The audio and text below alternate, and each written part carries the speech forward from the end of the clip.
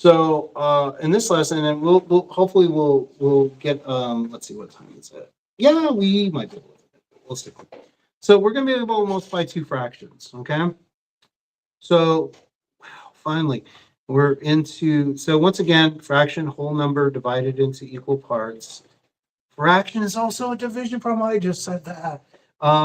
Yeah, fractions are division problems, guys.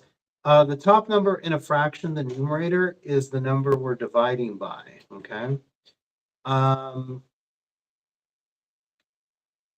and the bottom is, I'm sorry, the top number in a fraction, the numerator, is the number being divided, also called the dividend. And the bottom number in a fraction, the denominator, is the number we're dividing by, and that's the divisor. Okay. Um, okay, so let's good. Okay, so let's take a look at this. So we can look at this as a division problem, guys. We should be looking at this because 1/4 is 1 divided by 4, right? It's the same thing.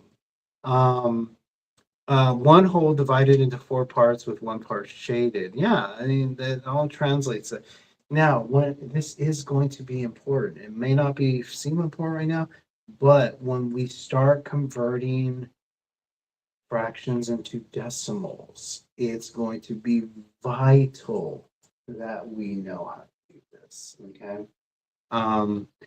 Because that's how we convert fractions into decimals, is that we have to treat it like a division problem, okay? All right, so when the numerator of a fraction is less than the denominator, which means that if the bottom number is smaller than the top number, the fraction's value is less than 1, okay? So a proper fraction is when the top number is smaller than the bottom number. And so we're dealing with less than 1, okay?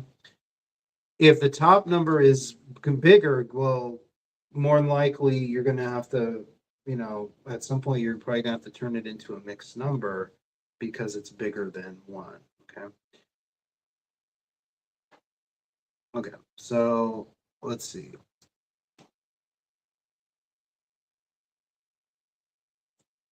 Okay, so which one is equivalent to 5/8? Oh, this is a tricky one. Oh, I like this. This is a tricky one. So which one is the equivalent of 5/8? Or it'd be 5 divided by 8. So which one? I think it's D. I think it's D? Okay. Yeah, that's correct, right? And actually, I'll take it a step further, and I'll say when we see these, like, I immediately, when my brain, that's pretty good. Like, this translates like really well, right? Yeah. However, when I have to turn it into like a long division problem, and I have the division box, I always think top number goes inside, right? And bottom number goes outside. Look at that. And just looking at that, because that number on the outside is bigger, you're going to be dropping some zeros.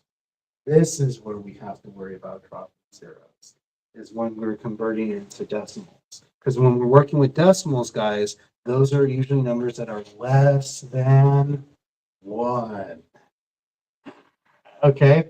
But I always kind of keep that in mind when, I'm kind of working this out. Okay. So that's actually really good practice, is to kind of understand where these things need to be. I always mess it up on a calculator. I can't even tell you how many times I will mess it up on the calculator. Okay. All right. So 8 friends buy 1 whole pizza. We're talking about pizza again. They want to share the pizza equally. How much of the pizza will each friend get? Well, okay. Well, this is okay. So I have 1 pizza, which means I'm going to divide it amongst 8 people. It means you should have bought a second pizza. That's what it means. And then, right, and then, yeah, each friend would get 1/8 of, see, buy a second pizza. Get yourself some hot and readies for like $5. Each friend would get 1/8 of a pizza. One whole divided into 8 parts can be written as 1 divided by 8. Right? You know, so that's how we would represent that. Okay. Seriously, fractions, division. And I said this at the beginning of this class. Even the symbol for division is essentially the symbol for fractions, right? And I've mentioned this before. This symbol right here is a fraction. Like instead of dots, what if these dots right here were like numbers? There you go, right? So you've been doing this stuff. You've been actually working with fractions since you were in second grade. Okay. Pretty much. Okay.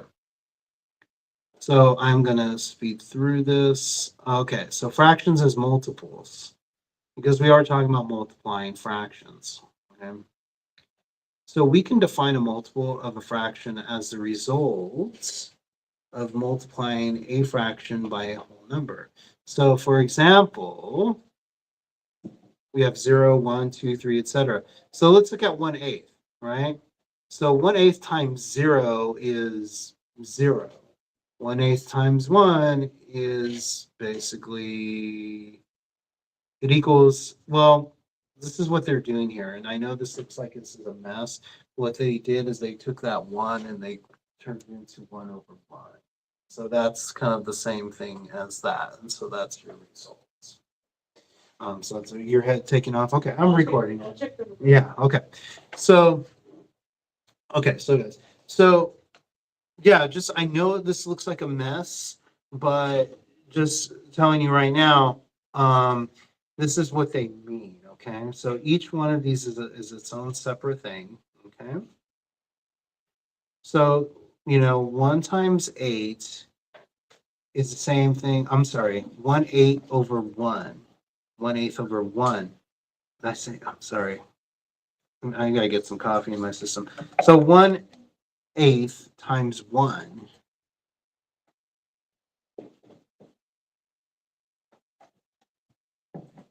oh, that's better. Is the same as if you took 1 over 8 and you multiplied it by 1 over 1. It's the same thing.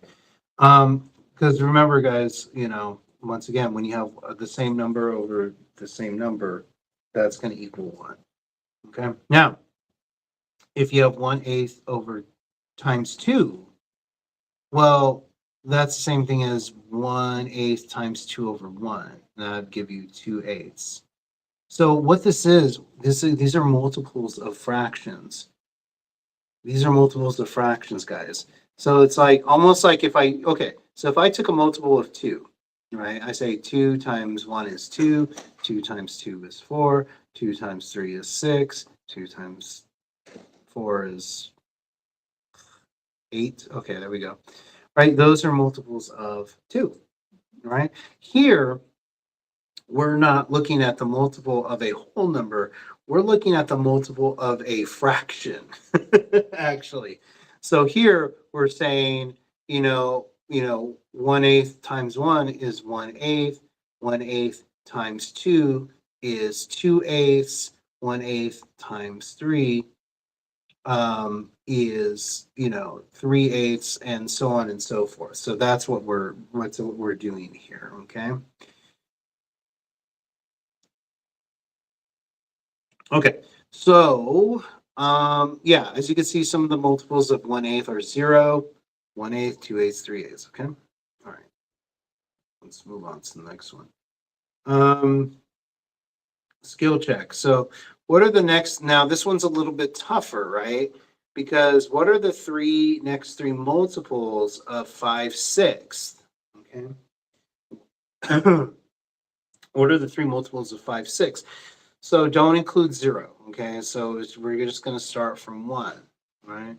So the way we would set that up, right, we would, if you really needed to write it out, right? So you would go, 6 times 1, right? Right. So you kind of do the same thing, okay?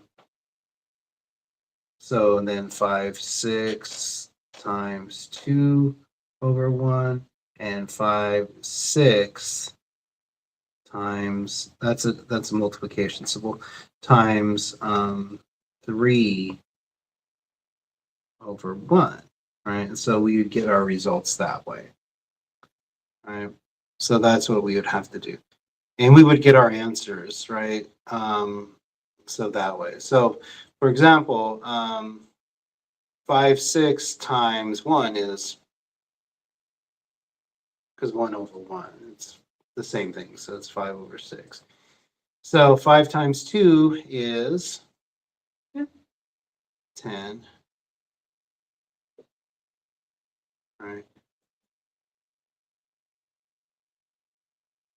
And then 5 times 3 is 15. 6. Yeah. There we go. Okay. So let's check an answer. I could be wrong. I could be totally wrong. But based on what they gave me here,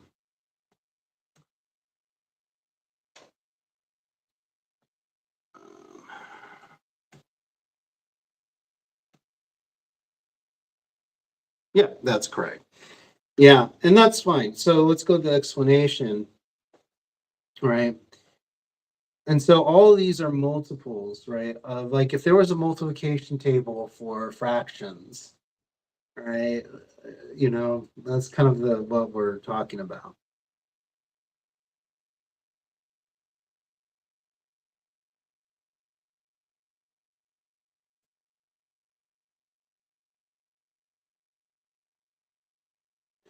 But you notice, like, the second and third one, the top number is bigger.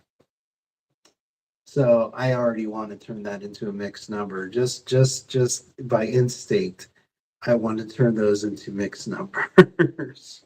I think I want to say the answer would be 3 and 5/6 and 2 and 5/6. Let's see. Okay. Anyway, I'll go ahead and clear that up.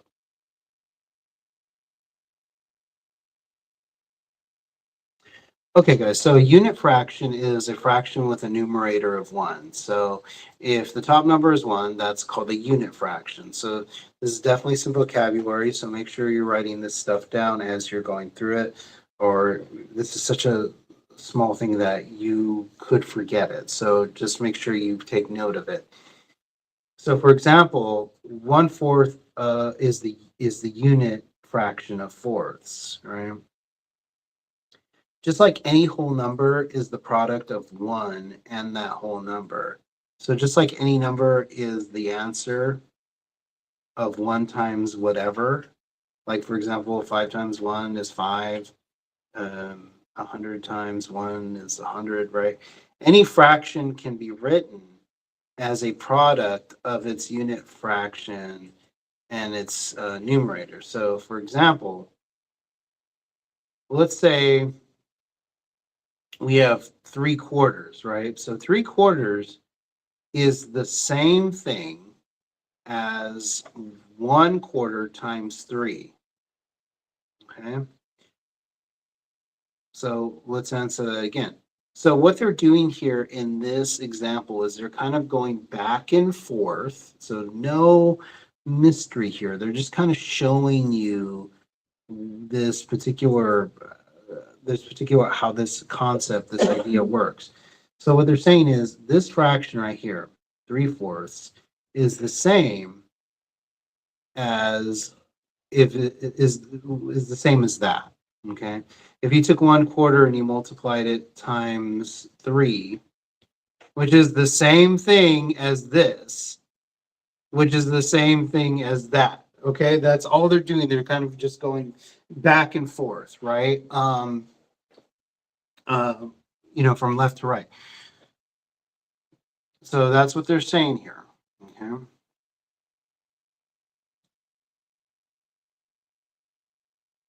So no big mystery. They're just demonstrating an idea, right? So once again, any fraction can be written as the product of its unit fraction and its numerator. So for example, if I had a fraction, so what they're saying here is, let's say I had a fraction like 12 over 36, right? That's a fraction, but I can still multiply it by 1 times,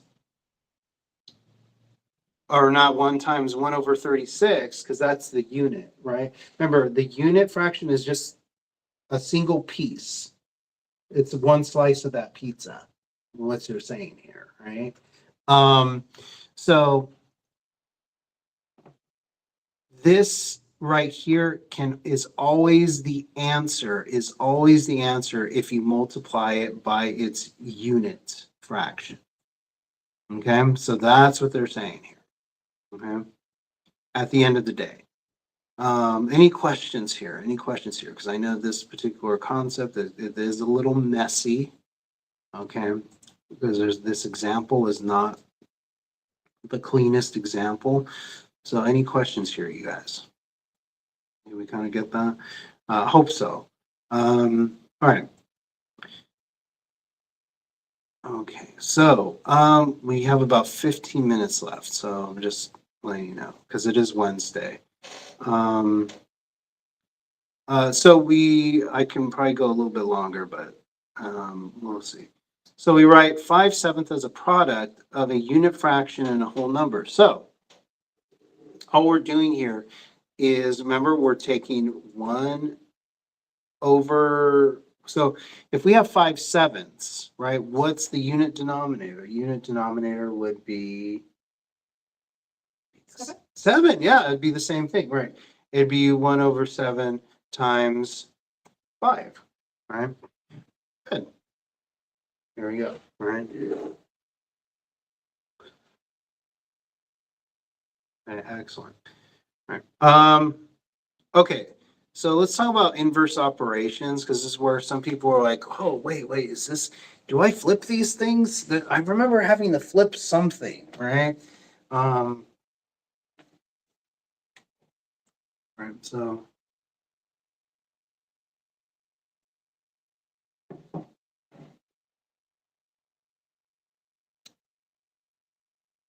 so you'll remember from a previous lesson that multiplication and division are inverse operations. They're kind of the opposite of each other, okay?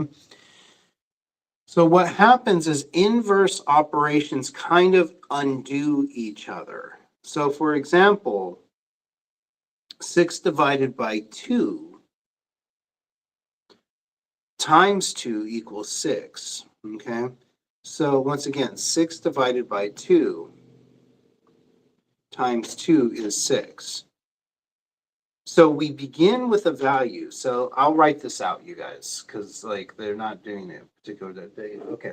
So when they say an inverse, right, this is what they're saying is, so when we have a value 6, and when we have a value, in this example, it's 6, and we divide it by a certain value.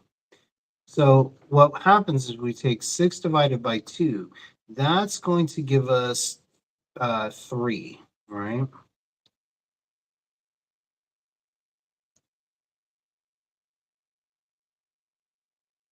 And then if we multiply it by the same value, so if we multiply it by 2, right, our value is we're going to be basically back to where we started. So that's why we can say it's kind of the inverse, because if we take a number and we divide it by a certain value, in this case it would be 2. Doesn't always have to be 2, it can be another number, but if we divide it by a certain value, And then we take the answer and we multiply it by that same value that we divided by, then guess what? We're going to end up with the number that we started out with, right? So let's try this. Let's put this to test. So let's take 10. Okay. So we'll take 10 and let's say we'll divide this by 5. Okay. So 5 is going to be our certain value. So I'm going to say 10 divided by 5 is equal to 2. Well, now I'm going to do the inverse. So I'm going to take 2 and I'm going to multiply this by the same number that I divided by, which is 5. And that's going to give me 10. So there we go. So this proves that multiplication and division are inverse operations. That when I say undo, so if you've ever done something in Microsoft Word, or you've used like a drawing app and you have an undo button, right? Like let's say you're kind of you just took a selfie of yourself, right? And you are trying to kind of make yourself look a little nicer. Maybe you have you want to put it on your resume, or you're starting a real estate business, and you just want to put your best foot forward, and you're kind of messing with it. Maybe you're taking like, maybe getting rid of that, second chin, or maybe getting wrinkle out of the way. I'm totally not talking about it from personal experience, okay? And you make a mistake, right? Like, okay, you make a mistake. Oh, there's too much red on my face. Now I look like a clown, like a payaso. And then so it's like, okay, so, and then I want to take a step back, right? And so we click the undo button, and that kind of takes us back to where we started, right? So that's what multiplication and division kind of do to each other. So they're inverse. So they undo. All right. Okay. So this fact also holds for fractions. So this is important stuff, and I tell you this right now why this is important stuff, because once we get into the more advanced stuff, like when we have to do ratios, right? So when we have to convert, we have to do certain conversions. A lot of or when we have to cancel things out, when we have to cross cancel, right? This is actually kind of behind the reason why we can cross cancel certain things, right? Is because of this very valuable idea that multiplication and division are inverse. Okay, so let's take this fraction, right? So this 1/4 times 4 equal 1, right? Well, we know that 1 divided by 4 is the same as 1/4, right? So another way to write this would be as if we took, and I'll write this out, right? So if so this 1/4 times 4 equals 1. Well, we know for a fact, yeah, this is really good, guys. Check this out. Okay, so can we prove that, right? Can we prove that this is correct? Well, yeah, we can, because we know that if we take the inverse of that, which is if we take 1 divided by 4, we know that's the same as that fraction, okay? So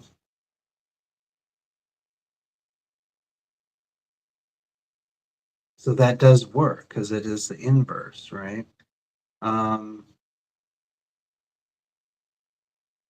Let's see.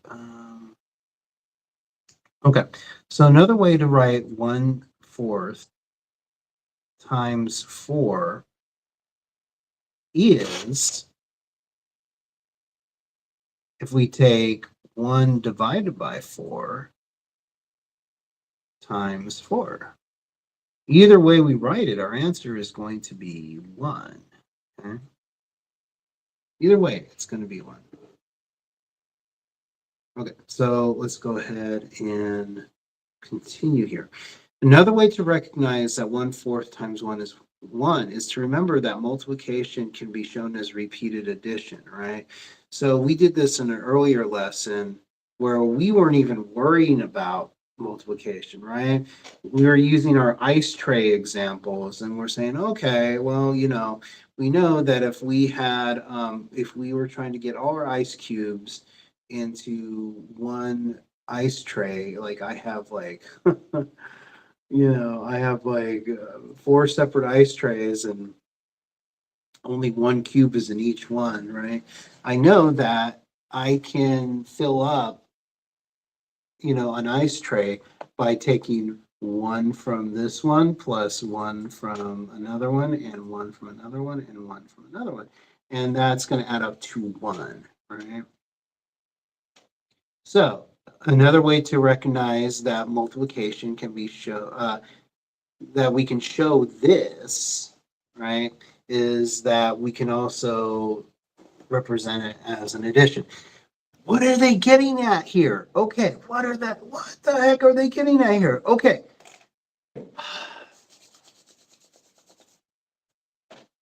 Time to talk. All right, guys. What they're trying to show you here is that you will need to be able to be flexible in your approach to solving these problems, these and future problems where you will have to use division or multiplication to solve problems. Like when you get into algebra, oh my gosh, this is fundamental to what. So if you were multiplying or dividing, doing equations, right, multiplication and division, this is fundamental stuff to to think about, right? So like let's say let me paint you a picture here real quick. So let's say I'm going to write an equation, right? And my equation states that 5 times something, I'm going to say 5y, right, is equal to 25. This is a really easy one. We could probably even guess this one out, right? Because in algebra, that y stands for something like a number. So basically what we're saying is when we have numbers next to number next to a variable like that, that's multiplication. So what we're saying here is 5 times something is 25. Now we can guess that, but we can also use these ideas right here that we're learning early on to do that, okay? So I know that this right here, because it's a multiplication, I can use its inverse, which is division, to solve the problem. So what I'm going to do here is I'm going to use the inverse. I'm going to use division. So I'm going to take 5 and I'm going to divide it by the same thing, because guess what? What happens to 5 divided by 5? Well, 5 divided by 5. Wait, this one right here. 1. That's 1, right? And so if I turn this into a 1, right? What's 1? So if I turn this into a 1, so basically what's happening is I'm doing this, is I'm getting 1 times y. It's y. It's just 1 times y is y. 1 times anything is anything, right? So I'm just going to write this y down, and guess what? I'm going to, because it's an equation, I have to do the same thing to the other side, okay? So here, 25 divided by 5, that's our 5, right, is equal to 5. So that missing y there, So if I was to check my answer, and if I was to plug that back in as a multiplication, I would say 5 times 5. So instead of a y is equal to 25. So that's our missing number. There we go.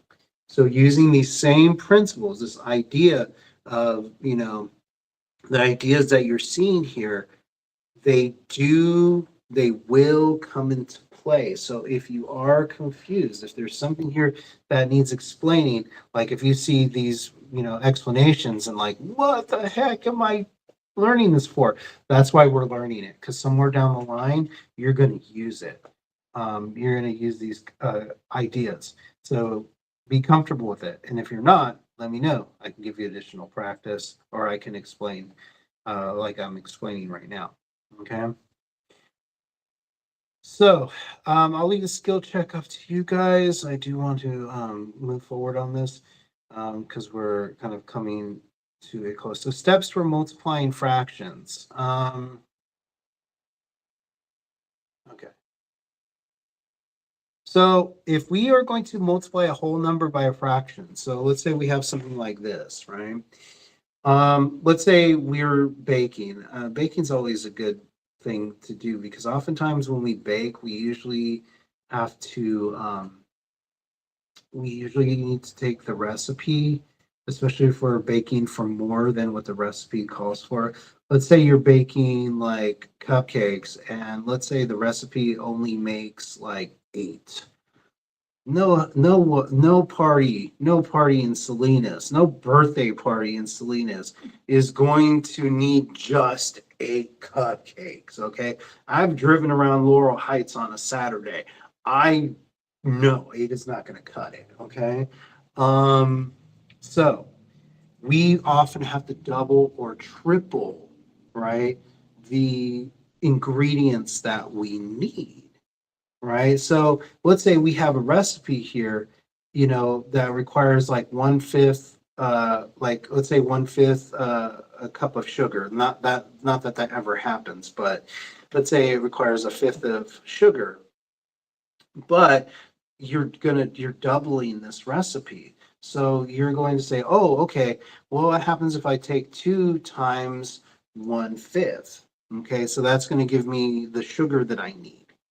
Right. So what I can do here is I could turn that whole number into a fraction, because one of the things we need to know is that whole numbers, when we turn it into a fraction, is basically the whole number over 1.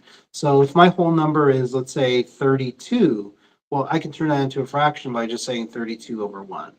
Da-da. Or, if even if I have a variable like x, whatever this number is, right? If I want to write it as a fraction, is whatever this number is over 1. Okay. That's the way it works. Okay. I didn't write the rules. Okay. So that's what they mean. So we can rewrite this as 2 over 1 times 1 over 5, right? So then what we can do is just multiply, right? We can rewrite the whole number as a fraction by placing the denominator over 1, right? So let's go ahead and continue that. So we rewrite that 2 as 2 over 1. Then we're going to multiply the numerators of each fraction to get the answer's numerator. So we're multiplying the top by the top, right? And guess what? This is the amazing part. This is why multiplying is much easier, because we don't have to find an LCD or anything like that. There's no step 1, step 2, step 3, easy, medium, hard mode. I just have to multiply across the top, and I just multiply across the bottom. So let's see how that works in action, right? So I've converted, so if I was to show this again 2 times 1 over 5, I'm going to rewrite this as 2 over 1 times 1 over 5. And the cool thing is I'm just going to multiply the top, and I'm going to multiply the bottom. So it's going to be 2 times 1 is 2, 1 times 5 is 5. That's going to give me 2/5. So there you go. Yeah, it's so refreshing after all the all the stuff that we had to do for addition and subtraction. It's almost like you get to take a breath here. Um, yeah, that's it. It doesn't matter if the denominators are different.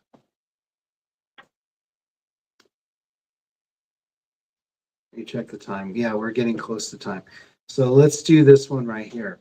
So 3 times 5 over 7. So, okay, so we're going to work this one together. So remember, setting up 3 as a fraction, we have to write it as 3 over 1. Okay, so I'm going to take 3 over 1, and I'm going to times 5/7. So once I've done that, I'm just going to multiply across the top. 3 times 5 is 15. 1 times 7 is 7. Now, here's the deal, though, right? Now, this is probably the answer, okay? Because that's going to be the answer. Now, if this was a more complicated question, if they wanted you to write it as a mixed number, because this is like 15 over 7, you could rewrite it as a mixed number, especially if you're baking. If you're baking, yeah, you definitely want to turn it back into a mixed number, right? And this is why using long division comes in handy also, because I'm going to say, okay, remember I said earlier today that this top number goes inside of the fraction box, and this goes right here.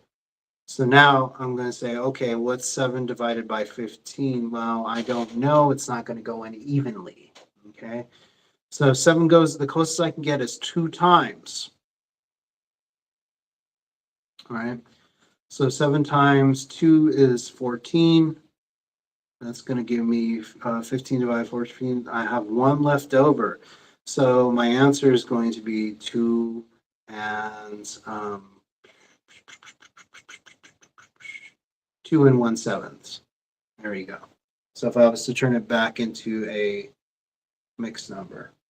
Once again, really handy if you're like baking though, because if you know your measuring cups, if you have, depending on what kind of measuring cup you have, you have like ones and quarters and thirds usually, so that's one way you can kind of, work that to your advantage. Anyway, so we are at time, guys. It is, yeah, we're about at time. So, because I have teacher meeting after this, so I do have to stop. Any questions for me? I am going to actually go over this a little bit more tonight. If you want to stop by online, either on Google Meet or if you want to be in person tonight, just let me know. Just remember about the programming change. Tomorrow it's going to be a short math lesson. We're doing high set prep math. And so, yeah. So just because I feel that it's important. Okay, guys, I'm going to stop recording. If you have any questions, feel free to reach out.